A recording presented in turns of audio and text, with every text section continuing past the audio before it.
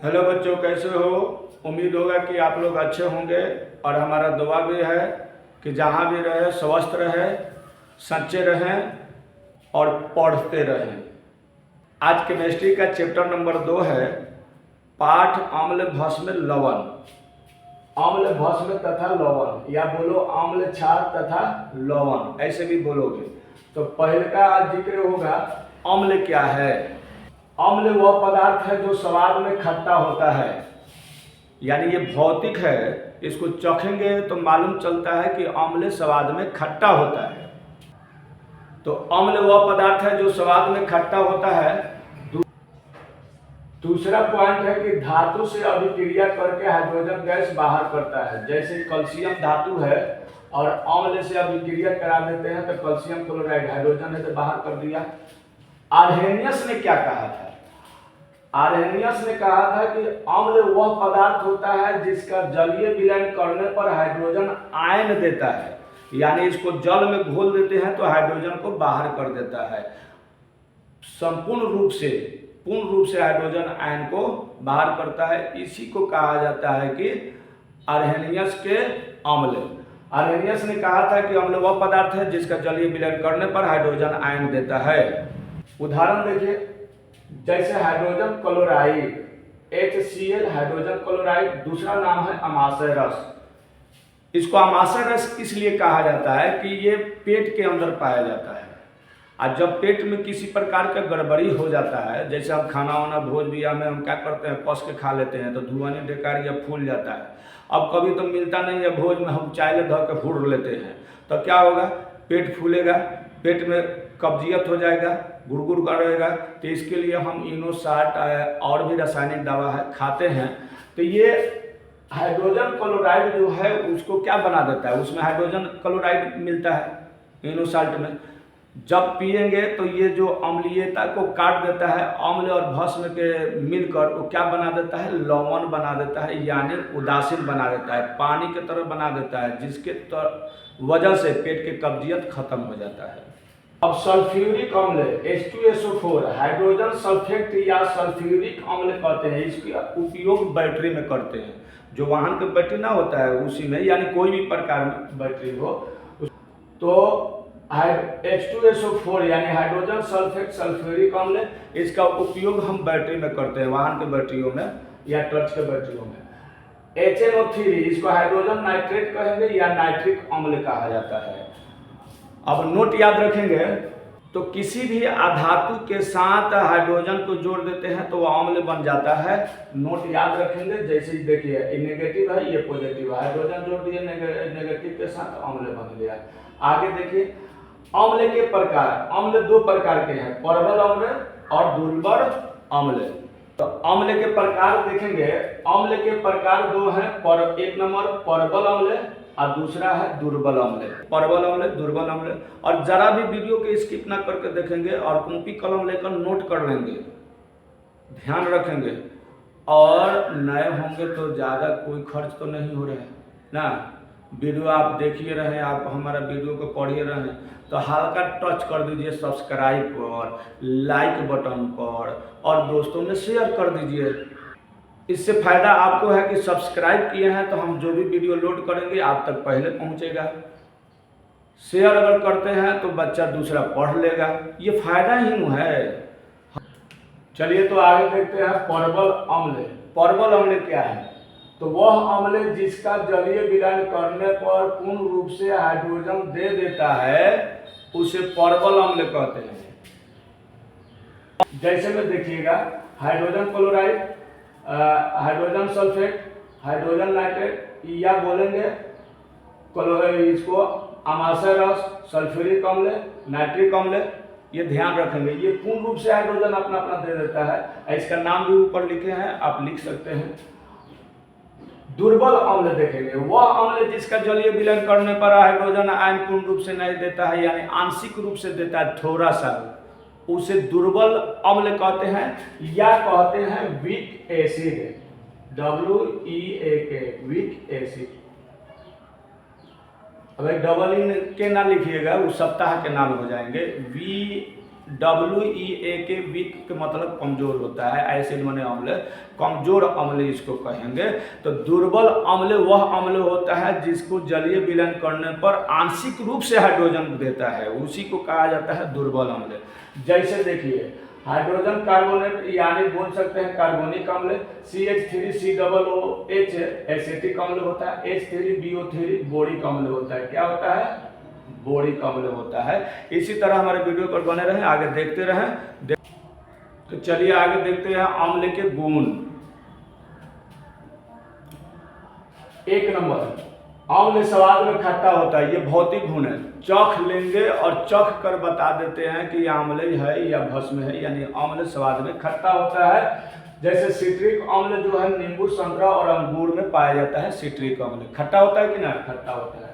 दूसरा, अम्ल धातु से अभिक्रिया करके हाइड्रोजन गैस देता है। जैसे ये धातु है और ये अम्ल है, अभिक्रिया किया तो लवण बना दिया, हाइड्रोजन गैस बाहर कर दिया।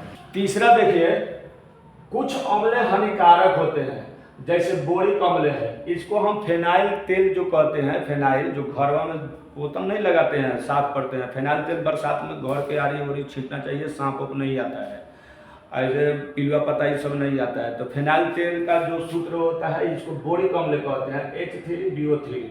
बोरिक अम्ल जो होता है ये फेनाइल अम्ल होता है, ये हानिकारक होता है और हानिकारक सामान को थोड़ा छुपा कर रखना चाहिए, बच्चे से दूर रखना चाहिए।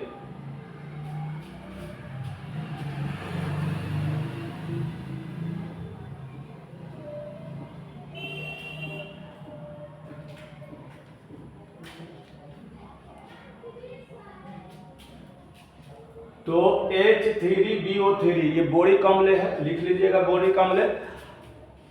H2SO4 सल्फ्यूरिक अम्ल बोला जाता है या हाइड्रोजन सल्फेट, इसका उपयोग बैटरी में करते हैं। HNO3 यानी नाइट्रिक अम्ल होता है या हाइड्रोजन नाइट्रेट बोल सकते हैं। ये बम विस्फोट, रासायनिक जितना भी विस्फोट सामान पटाखा वड़ाका होता है ना, इसमें जो है नाइट्रिक अम्ल मिलाया जाता है, ध्यान रखेंगे। ये सब हानिकारक होता है, इसलिए इसको कहा गया है कुछ अम्ल हानिकारक होता है, सभी अम्ल नहीं। और कुछ अम्ल उपयोगी भी होते हैं, लाभदायक भी होते हैं। जैसे देखिए कुछ अम्ल जो है क्या है, लाभदायक होता है। जैसे एक उदाहरण आप देखें, हाइड्रोजन क्लोराइड। चौथा नंबर पर देखें, कुछ अम्ल लाभदायक भी है, जैसे हाइड्रोजन क्लोराइड यानी HCl। पांचवा पॉइंट कहता है कि अम्ल को धातु कार्बोनेट या बाइकार्बोनेट के साथ अभिक्रिया कराते हैं तो लवण बनाता है, जल बनाता है और कार्बन डाइऑक्साइड बाहर कर देता है। जैसे अब ये धातु कार्बोनेट क्या है, तो धातु कार्बोनेट समझो। धातु कार्बोनेट होता है कि किसी भी धातु के साथ CO3 जोड़ दो, जैसे कैल्शियम CO3, ये क्या है, धातु कार्बोनेट है। और किसी भी धातु कार्बोनेट के बीच में क्या करो, H लगा दो, तो क्या हो गया, बाइकार्बोनेट हो गया। तो धातु कार्बोनेट और बाइकार्बोनेट के साथ अगर कोई भी अम्ल का अभिक्रिया कराते हैं तो ये लवण बनाता है, जल बनाता है, कार्बन लवण के साथ तो जल कार्बन डाइऑक्साइड बाहर कर देता है, ये ध्यान रखेंगे। जैसे एक उदाहरण आप समझो, यहाँ पर ZnCO3 क्या है, धातु कार्बोनेट है, और ये H2SO4 ये सल्फ्यूरिक अम्ल है, जो इसको बोला गया बैटरी के। तो ये अभिक्रिया करा दिए तो लवण बना दिया, ZnSO4 लवण हो गया, जल हो गया, कार्बन डाइऑक्साइड बाहर कर दिया। इस प्रकार आप आगे देखते रहिए आप, और नए हैं तो सब्सक्राइब कीजिए, लाइक कीजिए, शेयर कीजिए, कमेंट करना ना भूलें। हल्का तो टच करना है, हल्का टच कर दीजिए, बस ये सब हो जाएगा। जब वीडियो हमारा लाइक करते हैं ना तो हमको अच्छा लगता है कि भाई आपको हम और भी बेहतर से बेहतर और नए ट्रिक के साथ पढ़ाएं, और इस चैनल पर बहुत ही नए ट्रिक के साथ आपको पढ़ाई होगा। आपको अम्ल के बारे में बताया गया था 5वां रूल में, उसी का एक अभिक्रिया है। सोडियम बाइकार्बोनेट से अगर अम्ल को अभिक्रिया कराते हैं तो सोडियम क्लोराइड यानी लवण, जल और कार्बन डाइऑक्साइड बनाता है। आगे देखते हैं 6 नंबर, अधातु ऑक्साइड अम्लीय होता है, जैसे CO2SO2। अगर किसी भी अधातु के साथ ऑक्सीजन जुड़ा है, ऑक्साइड में है, तो अम्ल है, ध्यान में रखेंगे। 8वां देखेंगे, अम्ल को जल से अभिक्रिया करने पर ऊष्मा देती है, इसलिए इसे ऊष्माक्षेपी अभिक्रिया कहते हैं। अम्ल को जल से अभिक्रिया कराते हैं तो अधिक ऊष्मा देता है, इसलिए इसको ऊष्माक्षेपी अभिक्रिया कहते हैं। और ध्यान रखिएगा, H2SO4 यानी सल्फ्यूरिक अम्ल, इसको बोलचाल के भाषा में तेजाब कहते हैं। अगर इसमें पानी अगर डालते हैं तो ऊष्मा तेजी से देगा और छलक जाता है और जलने का उम्मीद रहता है। इसलिए इसको माना किया जाता है कि आप सल्फ्यूरिक अम्ल यानी H2SO4 में किसी भी प्रकार का जल को नहीं डालें, बल्कि जल में H2SO4 तेजाब धीरे धीरे करके डालना चाहिए। पानी वाटर। अब बताओ कि पानी को इसमें डालेंगे बी नंबर, तो पानी को इसमें डालेंगे कि तेजाब को इसमें डालेंगे? तो याद रखिएगा, कभी भी पानी को इसमें ना डालिएगा, बल्कि तेजाब वाला यानी ए वाला को उठाकर बी वाला गिलास में, यानी तेजाब यानी सल्फ्यूरिक अम्ल को पानी में, वो भी धीरे धीरे डालिएगा। और हचाक से डालिएगा तो कचाक से उड़ जाएगा। यानी सल्फ्यूरिक अम्ल को पानी में डालना है, वो भी धीरे धीरे, और नहीं तो हड़बड़ाइले या हचाक से डालिएगा तो कचाक से उड़ जाएगा और जल भी सकता है हाथ पांव मुंह चेहरा। इसलिए इसको सावधानी पूर्वक डालना चाहिए। सल्फ्यूरिक अम्ल में पानी कभी भी नहीं डालना चाहिए, बल्कि पानी में सल्फ्यूरिक अम्ल धीरे धीरे डालना चाहिए। इस प्रकार हमारे वीडियो पर बने रहें, और नए हैं तो सब्सक्राइब करें।